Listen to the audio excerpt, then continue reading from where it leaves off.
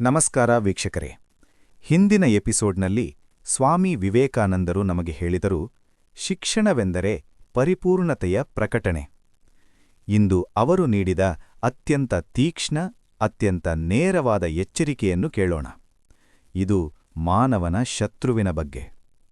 ಸ್ವಾಮಿ ವಿವೇಕಾನಂದರು ಹೇಳಿದ್ದಾರೆ, fear is death, fear is sin, fear is hell. ಭಯವೇ ಮರಣ, ಭಯವೇ ಪಾಪ, ಭಯವೇ ನರಕ. ಭಯ ಏನು ಮಾಡುತ್ತದೆ? ಸ್ವಾಮಿ ವಿವೇಕಾನಂದರು ಹೇಳುತ್ತಾರೆ, ಭಯ ಮನುಷ್ಯನ ಶಕ್ತಿಯನ್ನು ನಿಧಾನವಾಗಿ ಕೊಲ್ಲುತ್ತದೆ. ಭಯದಿಂದ ಸತ್ಯ ಮಾತನಾಡಲಾಗುವುದಿಲ್ಲ, ಧರ್ಮ ಪಾಲಿಸಲಾಗುವುದಿಲ್ಲ. ಭಯ ಮತ್ತು ಅಧರ್ಮ. ಸ್ವಾಮಿ ವಿವೇಕಾನಂದರು ಸ್ಪಷ್ಟವಾಗಿ ಹೇಳಿದ್ದಾರೆ, ಭಯದಿಂದ ಮಾಡಿದ ಧರ್ಮ ಅಧರ್ಮ, ಭಯದಿಂದ ಮಾಡಿದ ಪೂಜೆ ವ್ಯಾಪಾರ. ಧೈರ್ಯವೇ ಧರ್ಮ. ಸ್ವಾಮಿ ವಿವೇಕಾನಂದರು ಹೇಳುತ್ತಾರೆ, ಧೈರ್ಯವೇ ನಿಜ ಧರ್ಮ. ಭಯರಹಿತ ಮನಸ್ಸೇ ಆಧ್ಯಾತ್ಮಿಕ ಮನಸ್ಸು. ಯುವಕರಿಗೆ ಎಚ್ಚರಿಕೆ. ಭಯಪಡುವ ಯುವಕರು ದೇಶವನ್ನು ಕಟ್ಟಲಾರರು. ನನಗೆ ಬೇಕು ಭಯರಹಿತ ಯುವಕರು. ದೈಹಿಕ ಮತ್ತು ಮಾನಸಿಕ ಶಕ್ತಿ. ಸ್ವಾಮಿ ವಿವೇಕಾನಂದರು ಹೇಳಿದ್ದಾರೆ, ಬಲಿಷ್ಠ ದೇಹ ಬಲಿಷ್ಠ ಮನಸ್ಸಿಗೆ ಸಹಾಯಕ. ಅಳುವ ಕುಗ್ಗುವ ಧರ್ಮ ಬೇಡ. ಭಯವನ್ನು ಹೇಗೆ ಗೆಲ್ಲಬೇಕು? ಸ್ವಾಮಿ ವಿವೇಕಾನಂದರು ಹೇಳುತ್ತಾರೆ, ಭಯವನ್ನು ಜ್ಞಾನದಿಂದ ಗೆಲ್ಲಬೇಕು. ನಿನ್ನೊಳಗಿನ ದೇವತ್ವವನ್ನು ನೆನಪಿಸಿಕೊಂಡ ದಿನ ಭಯ ಕರಗುತ್ತದೆ.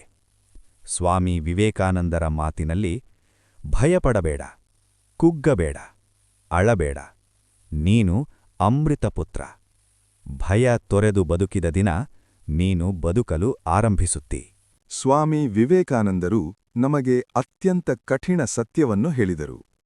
ಭಯವೇ ಮರಣ. ಈಗ ಅವರು ತಮ್ಮ ಸಂಪೂರ್ಣ ನಂಬಿಕೆಯನ್ನು ಯಾರ ಮೇಲೆ ಇಟ್ಟಿದ್ದರು ಎಂಬುದನ್ನು ಕೇಳೋಣ. ಇದು ಯುವಕರಿಗೆ ನೀಡಿದ ನೇರ ಆಜ್ಞೆ. ಸ್ವಾಮಿ ವಿವೇಕಾನಂದರು ಹೇಳಿದ್ದಾರೆ, my faith is in the younger generation. ನನ್ನ ನಂಬಿಕೆ ಯುವಕರ ಮೇಲೆ ಇದೆ. ಯಾಕೆ ಯುವಕರು? ಸ್ವಾಮಿ ವಿವೇಕಾನಂದರು ಹೇಳುತ್ತಾರೆ, ಯುವಕರಲ್ಲಿ ಶಕ್ತಿಯಿದೆ, ಧೈರ್ಯವಿದೆ, ತ್ಯಾಗದ ಸಾಮರ್ಥ್ಯವಿದೆ. ಯುವಕರು ಜಾಗೃತರಾದರೆ ದೇಶ ಜಾಗೃತವಾಗುತ್ತದೆ. ದುರ್ಬಲ ಯುವಕರು ಬೇಡ. ಸ್ವಾಮಿ ವಿವೇಕಾನಂದರು ಸ್ಪಷ್ಟವಾಗಿ ಹೇಳಿದ್ದಾರೆ, ನನಗೆ ದುರ್ಬಲ ಯುವಕರು ಬೇಡ.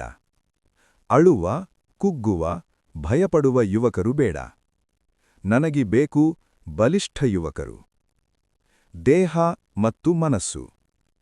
ಸ್ವಾಮಿ ವಿವೇಕಾನಂದರು ಹೇಳಿದ್ದಾರೆ, ಬಲಿಷ್ಠ ದೇಹ ಬಲಿಷ್ಠ ಮನಸ್ಸಿನ ಆಧಾರ. ಯುವಕರು ದೇಹವನ್ನು ಅಲಕ್ಷ್ಯ ಮಾಡಬಾರದು.